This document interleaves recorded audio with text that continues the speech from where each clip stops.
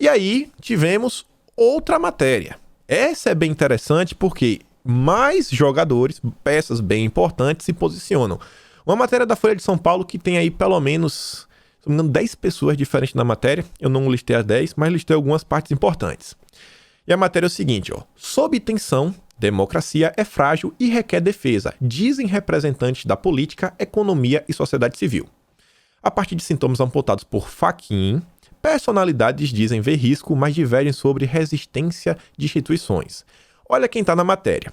Para o ex-governador capixaba, Paulo Artung, de perfil centrista, a democracia brasileira é uma planta frágil, bem menos poético do que o ex-deputado tucano Chico Graziano. Jornalista, né? Segundo a Folha, um bolsonarista arrependido. No Twitter, é só um jornalista, perfil Felipe Moura Brasil, só faz reclamar, acordão, isso, biruta das ideias. PSDB, essa linha aí, né, bem antagonista no sentido assim da mídia, né, o jornal antagonista lá, aquele grupo jornalístico. E olha que outra pessoa, Paulo Artung. Quem é Paulo Artung? O principal articulador político do Luciano Huck, um líder lá do Renova BR. Paulo Artung, ele é líder do Renova BR, inclusive Luciano Huck divulgou o Renova BR essa semana.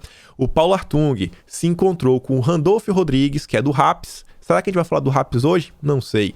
Mas se encontraram algumas vezes no ano passado para conversar, para tentar aí montar uma chapa com Flávio Dino, governador aí do Maranhão, e Luciano Huck. Tá aí, todo mundo se juntando para falar da política brasileira. A conclusão de que nosso arcabouço institucional é menos sólido do que se imaginava é majoritária entre 10 representantes da política, da economia e da sociedade civil ouvidos pela Folha. O grupo reúne liberais, conservadores, centristas e progressistas. Eu acho que o liberal que eles colocaram aí é o Josias Teófilo. Ele falou assim umas coisas sobre o exército, coisa que fica aí quem quiser julgar o Josias Teófilo. E aí eles opinaram sobre um diagnóstico feito pelo Fachin. Fachin apontou 7 riscos institucionais no Brasil de hoje. Na verdade, o que o Fachin fez foi o seguinte. O Fachin deu 7 caminhos pelos quais ele acha que a esquerda, a oposição como um todo, pode se unir, pode bater no governo, que ninguém vai discordar. Sabe aquelas coisas que todo mundo concorda sobre Bolsonaro? O Fachin deu 7. Para falando assim, a oposição vai se unir em torno desses 7 pontos. Esses 7 aqui eu acho que a gente consegue conversar e todos conseguem convergir e falar, não, todos nós aqui concordamos em ficar batendo em Bolsonaro seguindo essas 7 coisas. Vou mostrar para vocês. Incluindo a militarização do poder civil, eu vou mostrar 7 depois.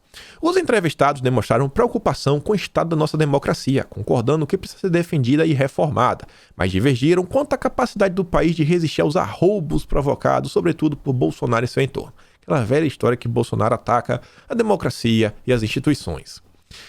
Olha só, parte afirma que as instituições têm dado mostra de robustez ao conter o presidente. Eles estão validando, sabe, os absurdos que as instituições estão fazendo. Você vê, é prerrogativa do presidente fazer, né, decretos. Mas Bolsonaro colocou os 4 decretos sobre defesa pessoal, você poder aí, né, comprar alguma coisa, já foram lá judicializar. Bolsonaro indicar o ramagem, as instituições não deixaram, que é prerrogativa do presidente. Ele está interferindo na PF. E aí diz, né, as instituições estão reagindo instigadas pela sociedade civil. Sinto enorme capacidade de reação, mas foram 2 anos muito intensos. Não sei como vamos conseguir manter esse nível de resistência, diz Joana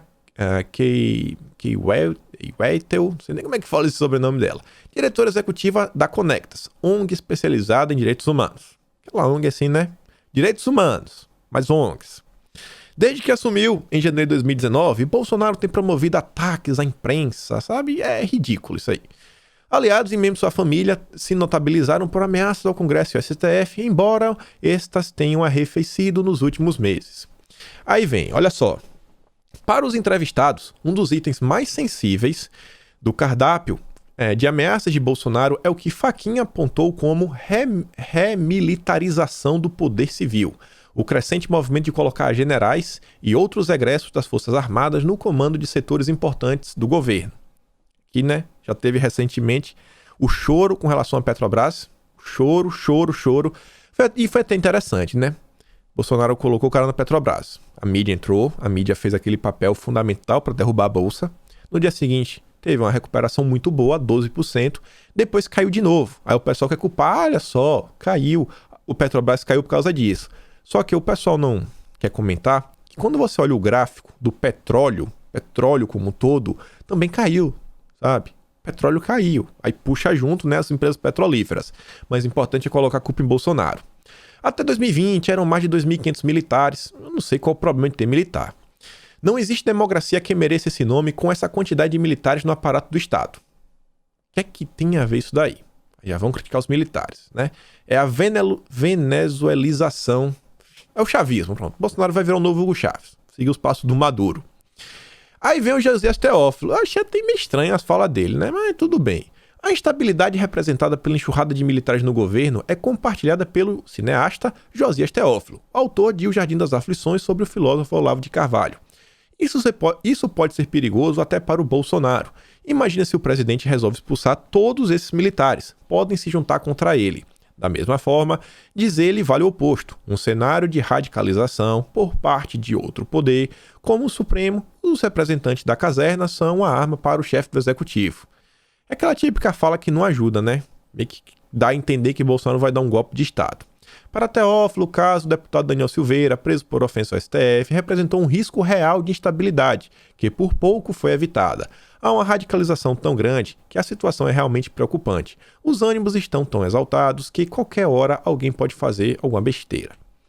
E aí você vê, olha quem também se posiciona, Mônica Sodré, diretora executiva do REPS. Quem é o REPS? É um grupo como o Renova BR, que parte da esquerda até chama de partido clandestino, porque você não responde ao partido, mas você responde a esse grupo. O REPS é parceiro do Instituto Lema. O principal, a gente já falou, né? Rodolfo Rodrigues. É o principal político membro do REPS. Toda essa classe política tá na jogada. Quem vai ser, né? Quem que vai liderar a oposição contra o governo Bolsonaro. E ela fala aí, né, que Bolsonaro você tá falando da questão do armamento, que é um absurdo para ela. Já você vê, olha a outra pessoa que também tá dando pitaco na matéria da Folha. Paulo Sérgio Pinheiro. Quem é ele? Ele é um cientista político, segundo a Folha, membro da comissão Arnes. Sabe quem é a Arnes? É a família Arnes. Tem lá a Zilda Arnes, tem uns vínculos com o PT, tem um Dom Evaristo Arnes. Já mostrei várias fotos dele. Tem um bonezinho assim do MST, um padre. Tem o Flávio Arnes, hoje é senador, já foi vice-governador. Nessa época conheceu a mulher do Moro. Se conheceram na época de uma coisa ligada à PAI. Tem outra pessoa com nome famoso, quer dizer, uma pessoa famosa que tem o sobrenome Arnes, Marlos Arnes. Quem foi? É um advogado, já advogou para a mulher do Cunha. Inclusive está envolvido naquela questão do Tacla Duran. Tacla Duran fala que o Marlos Arnes entrou lá na jogada, ele pagou pro Marlos Arnes um dinheiro, que esse dinheiro meio que ia pro Zucoloto, que ele fala que o Zucoloto ofereceu um caminho pra a Lava Jato pegar leve contra o Duran. A gente vai dar a foto do Duran hoje. Então, só o pessoal assim da nata. Tá vendo como todo mundo que tá se movimentando no único final de semana. Olha quantas pessoas aparecem em uma única matéria. O assunto aí, e aquela típica matéria que não é pra mim, não é pra você. É uma matéria aí pra eles se resolverem e mandar um recado assim, né, pros principais lobistas. Ó, galera, o recado é esse. A gente vai agir assim, estamos dando aqui um recado, a gente tá aqui no primeiro escalão pra vocês aí mais de baixo começar a se movimentar. Aí sai outra matéria, né, pra falar quais são os 7 sintomas de corrupção da democracia apontados pelo Fachin. Falei que a gente ia comentar quais são 7. Aí tem lá entrevista recente, a Folha. O Fachin listou 7 sintomas que, em sua avaliação, revelam que é uma corrupção da democracia no Brasil. Na verdade, são 7 pontos para bater no governo. Primeiro, remilitarização do governo civil. Reclamar que tem muito militar. Vamos ficar nessa.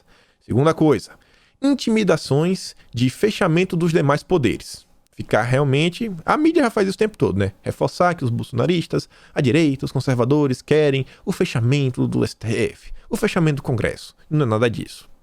Não é nada disso. Eu vejo o pessoal falando que quer uma renovação no STF, não aguenta mais, quer uma renovação na Câmara. Agora fechar, não tem como fechar. Depois, depreciação do valor do voto. Eles já querem colocar aquela peste em Bolsonaro, né? Para descredibilizar, para tornar assim inviável até a discussão do voto auditável. Eles sabem que com voto auditável não tem como Bolsonaro perder. Depois, ataques contra a liberdade de imprensa.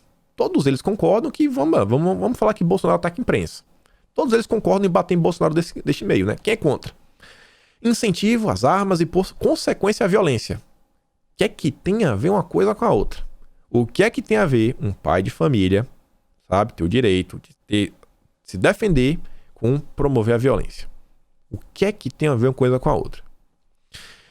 Naturalização da corrupção de agentes administrativos. Gente, essa daqui eu vou mostrar depois, porque eles estão falando que Bolsonaro está promovendo corrupção de agentes administrativos. Vou mostrar para vocês qual foi o exemplo.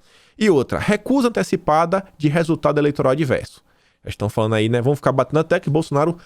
Bolsonaro tá se recusando a perder. Bolsonaro aí tá falando que, olha só, se não tiver voto auditável, ele já tá falando que vai perder e já tá querendo criar narrativa. Vocês já estão cansados de ver isso daí.